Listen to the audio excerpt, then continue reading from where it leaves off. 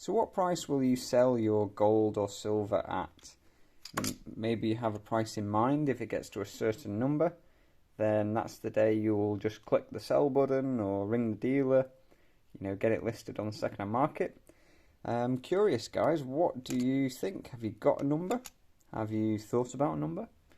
Or is there just no number that would interest you? Are you, beyond stacking for the sort of return or the profit, and you maybe just collecting it because you like it? Or maybe you just feel like the money is better in the gold.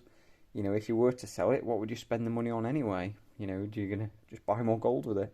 So why not just keep it? I'm curious. So for me personally, I don't really have a specific number of, what the spot price would have to be for me to just sell everything all in one day. I think the main thing it would depend on is gold relative to everything else. So if gold shoots up, rapidly compared to other assets, maybe other assets go down for a time and gold goes up, then perhaps that could be an interesting ratio to play. So for example, if you could buy a property, say you could buy a normal family home for a certain number of ounces of gold. Let's say the average house price in the UK is around 260,000 and gold spot is currently in the 1500s. Let's say the average house price goes down to 230, maybe that drops 10% or so, and maybe gold goes up by 20%, something like that, for just numbers out of the air. But let's say something like that occurs, then the ratio between the amount of gold you need to buy a property has narrowed, which means you are effectively benefiting from the gold price that's gone up that you've been holding for that period of time. So the first sovereigns I ever bought were in the £230 range, and when I bought those, they were considered to be quite expensive. People thinking, oh, I'm waiting for gold to go down so I can get my sovereigns under 200 again. I remember when they were 180 or whatever they might have been. And maybe the people are still waiting. Maybe one day it will go back to that. Maybe we will one day be able to buy sovereigns under £200 again. Not really too confident in that. I wouldn't make that bet, but you never know. Stranger things have happened. So, like I say, perhaps the ratio between gold and another asset class could close. It could be that there was just another opportunity and I just needed, to stretch myself thin and perhaps exhaust, available cash and current income that's coming in, and just needed to get as much money together as possible. And, selling the gold might just be a convenient way of doing that without raising any debt, for example, or maybe in addition to raising debt, who knows. But there could be opportunities, or there could be times where it might be beneficial to think, okay, well, let's sell that. I do buy other assets, but maybe if the prices of some of those were depressed, I might think, well, I don't really want to sell those at this point of time to, move into another asset. So the gold sat in a big profit might just be an attractive option. Why sell something at a loss when you could take a profit and wait for that other asset to recover? So in terms of, if gold shot up compared to other assets, then that could well be a catalyst, if you like, for me to want to sell. In terms of a magic number, though, if gold reaches $5,000 or $3,000 or whatever it might be, £2,000, it doesn't really mean that much. It depends what it is irrelevant to everything else. If everything else stays the same and those prices are achieved, then potentially it would be a good idea to take some profits and perhaps shift it out of gold and, like I say, into something else. I'm not really of the idea that I'll sell gold just to move it into cash. I don't really see that happening. Maybe if gold was, something underlying changed and gold's considered to be a very little worth for some reason. Just chuck Elizabeth over there.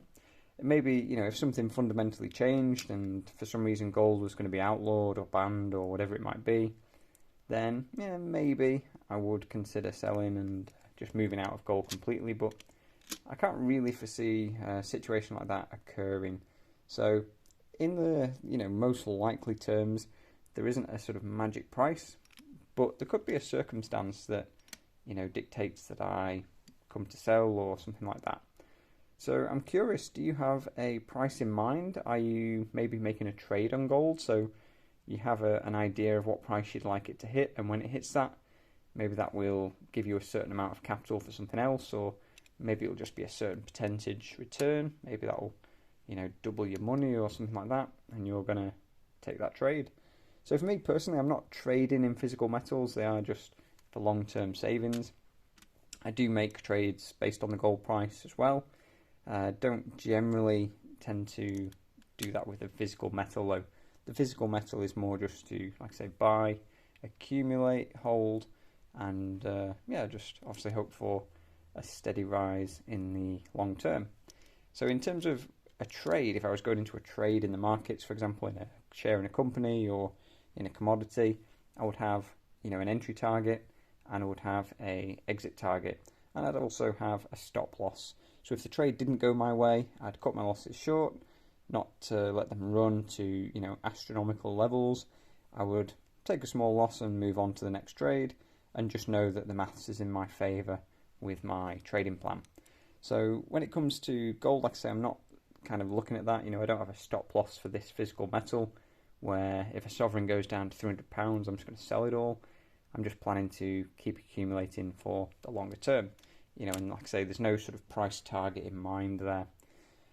If gold did, rapidly rise and a situation presented itself, maybe there was a buyer that was keen for a certain amount of gold and was offering a good price, and perhaps I would use that opportunity to shift out some duplicates or coins that, I just don't care for as much as others. But, although I'm not super fond of the Elizabeth sovereigns in general, these older ones, from the Gillick reign, and I suppose they're all Elizabeth's reign, but, the Gillick kind of time frame, into this up to 68, and maybe into the Machin portrait, I would probably keep those. But to sell the more modern ones, 2000 onwards, it would be an easy decision to make. There are some special years which I'd probably keep hold of, like 2017 there. But, your average, like 2000 and whatever this is, 18, there's nothing special about these to me. These are just bullion weights, They would be an easy sell. I'm not attached to them at all.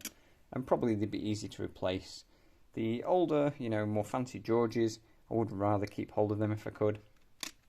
And, ideally not selling everything. So, the Tudor beasts, quite like to carry on collecting them. But, worst comes to worst, I could part with them. And I would keep the special sovereigns over those. So I'm curious, have you got a price in mind? What are you thinking? Are you selling up when it hits a certain amount? Or are you holding till death? Is that your exit strategy? You're just going to die with it? Maybe have it buried with you?